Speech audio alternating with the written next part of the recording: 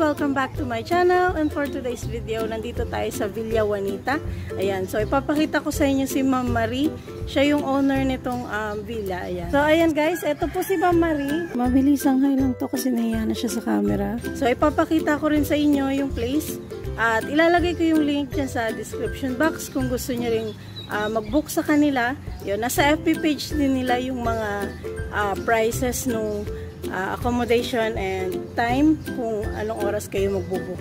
Ayan, so tara at silipin natin ang Villa Juanita Resort. Villa Juanita Resort is located at 191 Luke First, Malolos City, Bulacan. Ayan, it was built last 2012 pa. Pero nakikita natin na kahit matagal na siyang nakatayo, na-maintain pa rin nila yung ganda ng resort na to. Tara at samahan nyo akong ikutin ang villa na ito at tingnan natin kung ano yung mga amenities na ma-avail natin kapag nag-book tayo sa resort na to.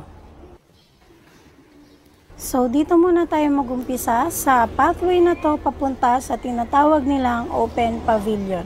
So ayan, itong open pavilion na to, pwede kayong mag-held dito ng mga birthday parties and even weddings, pwede rin dito. I-coordinate nyo lang sa may-ari yung mga gagamitin yung pang decorations like flowers, lights, curtains, yan. So madali naman silang kausap, i-chat nyo lang sila sa page nila.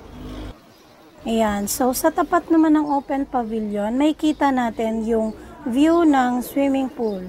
So ayan, napakaaliwalas tingnan ng swimming pool na yan dahil sa mga palm trees at mga plants na nakapaligid sa kanya. So ayan, ang swimming pool na to ay may lalim na 4 feet to 6 feet. So dito sa side na to yung 4 feet din, palalim siya, dun sa kabilang side naman yung 6 feet. Dito naman sa tapat ng swimming pool, meron silang shower area na nasa labas. Then meron din silang shower area dun sa loob mismo niyan. And meron din silang common bathroom. So mamaya pasok tayo dyan. So ayan, lalakad lang tayo ng konti at mararating na natin yung kanilang jacuzzi.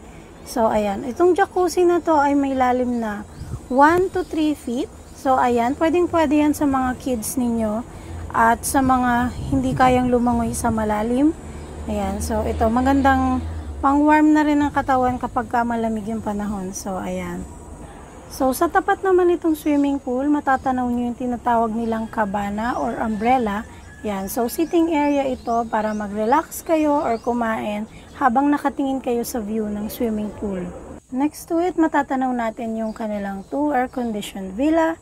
Ayan, so sa kabilang side na yun, matatanaw natin yung open area. Mamaya punta rin tayo doon para makita nyo rin. And dito muna tayo mag-umpisa sa unang room na natatanaw natin. Ayan, so pasok tayo para makita natin kung ano yung mga amenities na nasa loob ng rooms nila. Ayan, so dito pa lang sa labas meron ng sitting area para maupo kayo at mag-relax. Ayan, so pasok na tayo sa loob. Pagpasok natin ng villa, may kita natin na merong 3 bed and then meron din silang 2 mini ref dun sa gilid at saka extra na electric fan. And sa villa na to, meron na rin siyang kasamang bathroom. So silipin natin yung bathroom. Ayan, so yung bathroom, meron na siyang toilet, sink, at shower area. So ang villa na to ay fully air-conditioned room and may capacity ito na 6 to 10 person per room. So ayan, kung sakaling marami kayo, pwede kayong mag-request ng additional bed na ilalatag sa sahig. So ayan, spacious pa naman siya guys. Ayan, so ngayon nakita na natin yung isang villa nila. Punta naman tayo dun sa kabilang room para makita natin yung difference kung magkaiba ba silang dalawa. So ayan, lakad lang tayo ng konti. And may kita nyo meron sitting area dun sa gilid.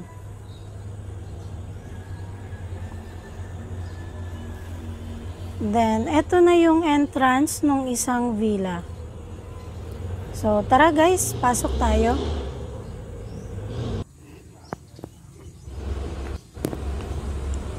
Ayan, so pagpasok natin dito sa isang villa na to, meron siyang 2 bed at Meron din siyang mini ref dun sa gilid na dalawa.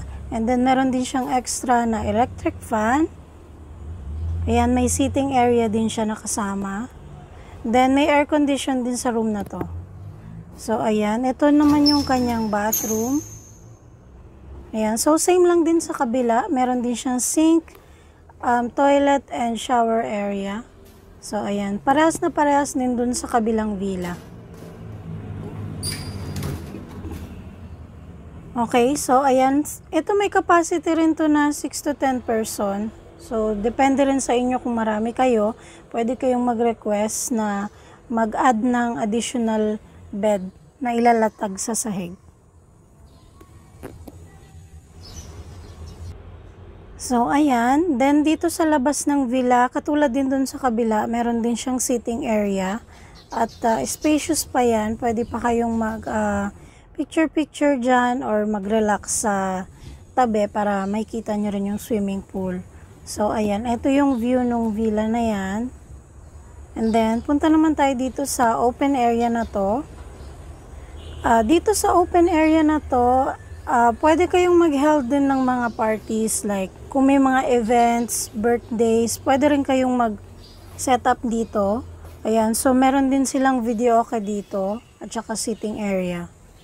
So, ayan, sa labas nitong open area, matatanaw nyo yung kanilang rice farm. Ayan, so, kung gusto nyo mag-held dito ng mga events or parties na gusto nyong private lang siya, ito yung perfect place para sa inyo kasi sobrang private ng place na to at sobrang aliwala, sobrang tahimik. So, ayan guys. Ito ulit yung view ng swimming pool natin.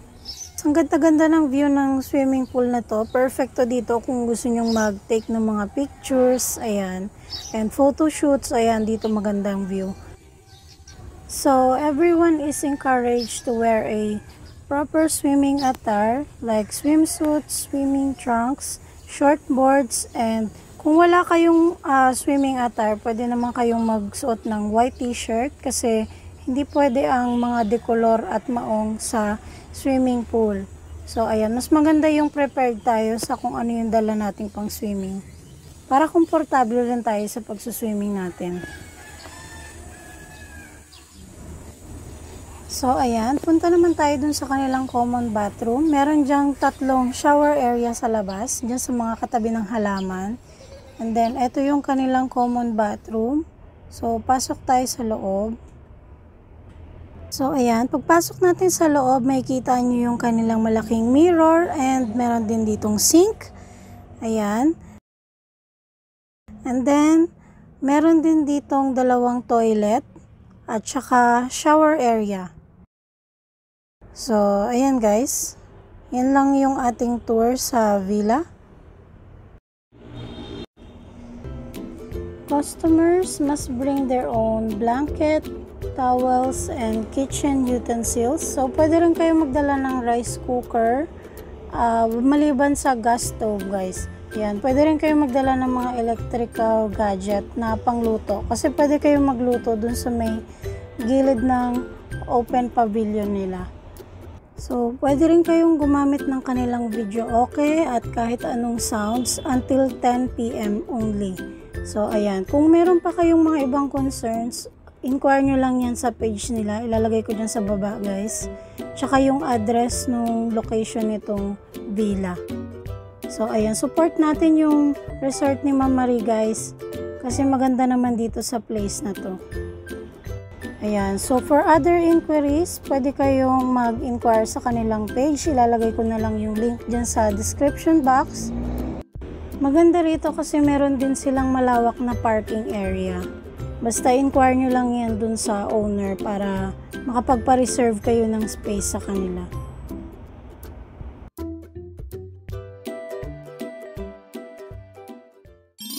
So, ayun lang guys, yung maiksing tour sa Villa Juanita. Ayan, so, baka gusto nyo ring mag-book sa kanila, i-message nyo lang yung kanilang FB page. Ayan guys, so, until our next travel vlog, like and subscribe. See you in my next video. Paalam!